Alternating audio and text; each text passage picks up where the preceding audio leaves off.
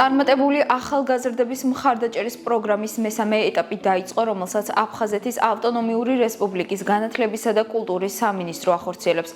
პროგრამის სამიზნე ჯგუფებს წარმოადგენენ განსაკუთრებული მიღწევებით, ნიჭიერებითა და წარმატებებით წარმოჩენილი ახალგაზრდები აფხაზეთის დროებით ოკუპირებული ტერიტორიიდან, ავტორიზებული პროფესიული საგანმანათლებლო დაწესებულებების აკრედიტებული პროგრამების სტუდენტები, ასევე ავტორიზებული უმაღლესი საგანმანათლებლო დაწესებულებების აკრედიტებული პროგრამების სტუდენტები და ავტორიზებული სამედიცინო სტომატოლოგიური დაწესებულებების რეზიდენტები. სტუდენტებს შეუძლიათ საჭირო დოკუმენტაცია წარადგინონ აფხაზეთის ავტონომიური რესპუბლიკის განათლებისა და კულტურის სამინისტროში, რომელიც თბილისში, დიმიტრი უზნაძის 68 ნომერში მდებარეობს.